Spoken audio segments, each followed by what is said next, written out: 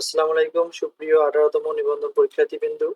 আপনারা যারা সামাজিক বিজ্ঞান অনুষদ থেকে প্রিলিমিনারি পাস করেছেন তাদের মনে অনেক কনফিউজ এখন বোধ করতেছে যে আসলে আমার কোড ভিন্ন আসছে। আমি আবেদন করেছিলাম অর্থনীতিতে, আমার কোড এখন সামাজিক বিজ্ঞান দেখাচ্ছে বা সোসিওলজি আসতেছে।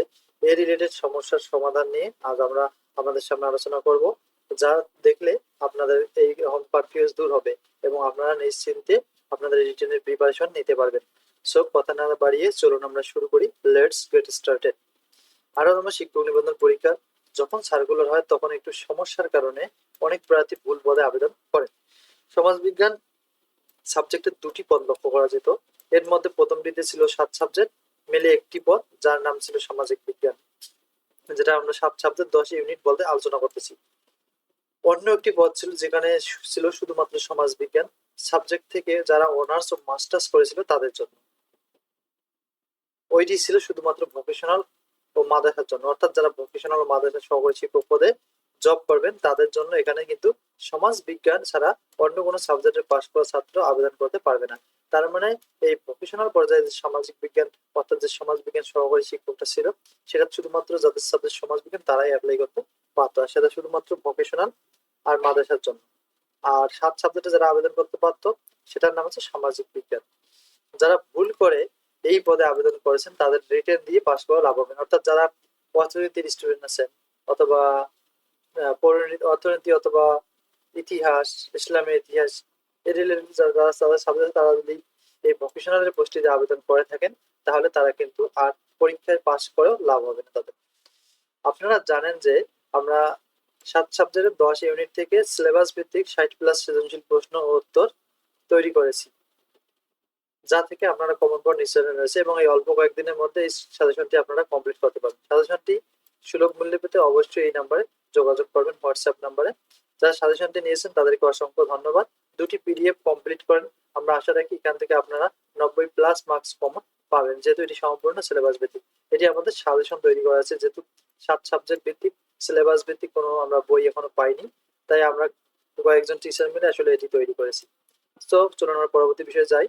আর যারা সামাজিক বিজ্ঞান অনুষদ থেকে আবেদন করেছেন তারা 329 কোড, যা 7 সাবজেক্ট যে সিলেবাসটি আছে সেই সিলেবাসের আলোকে প্রস্তুতি নিন। 7 সাবজেক্ট ভিত্তিক যেটা, সেই সিলেবাস অনুযায়ী আপনারা প্রস্তুতি নিতে পারেন। সমস্যার সমাধান এখন হচ্ছে আমাদের মূল টপিক। অনেকজন কমেন্ট করেছেন যে আমার এডমিটে অ্যাসিস্ট্যান্ট টিচার সোশ্যাল সায়েন্স আছে, আবার অনেকজনে বলছেন assistant teacher social science economics আছে।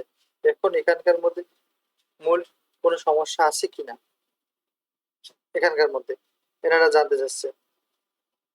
আসলে এখানের মধ্যে এই ধরনের এডমিট কার্ড আসলে কোনো সমস্যা নেই। আপনি নিশ্চিন্তে 7 সাবজেক্ট 10 ইউনিটের সিলেবাস থেকে প্রিপারেশন নিতে পারেন। আর একটি সমস্যা আছে, আমার এডমিটে অর্থনীতি আসছে কিন্তু আমার সাবজেক্ট হলো ইসলামের ইতিহাস। আমি কি তাহলে পরীক্ষা পাস করবো? এটি আসলে অনেকজনের এডমিটে আসছে। এটি গুরুত্বপূর্ণ একটা বিষয়, আপনারা মনোযোগ দিয়ে শুনুন। আবার আমি বলতেছি, আমার এডমিটে অর্থনীতি অর্থাৎ এইরকম লেখা আছে সোশ্যাল সায়েন্স ইকোনমিক্স, কিন্তু আমার সাবজেক্ট হলো ইসলামের ইতিহাস। আমি কি তাহলে পাস করতে পারবো না, বা পাস করলে আমার লাভ কি হবে? এখন এটি আসলে আবেদনের সময় ভুল করেছিল যারা, তাদের এই সমস্যা হচ্ছে। এর সমাধান হলো আপনারা আগে রিটেন 7 সাবজেক্ট ভিত্তিক প্রস্তুতি নিন 329 করে ও রিটেন পরীক্ষায় অংশগ্রহণ করেন। যদি রিটেন পাস করতে পারেন তাহলে একটি উপায় হবে এর সমাধানের। আপনারা জানেন যে 7 সাবজেক্টের রিটেন কোশ্চিন কিন্তু একই হবে। আপনার ইতিহাস সাবজেক্ট হোক আর অর্থনীতি সাবজেক্ট পরীক্ষাতে একই কোশ্চিন হচ্ছে, তাহলে এ নিয়ে চিন্তার কিছু নাই। রিটেন পাস করার পরে সরাসরি আপনি এনটিআরসি অফিসে গিয়ে আপনার সাবজেক্ট ঠিক করতে পারবেন। তাই অন্যের কথায় প্রস্তুতি নষ্ট করবেন না। অন্যের কথা আপনারা প্রস্তুতি নষ্ট করবেন না। আপনারা আগে রিটেন পাস করেন, তারপরে এনটিআরসি এতে এগুলো সমস্যার সমাধান করা সম্ভব হবে।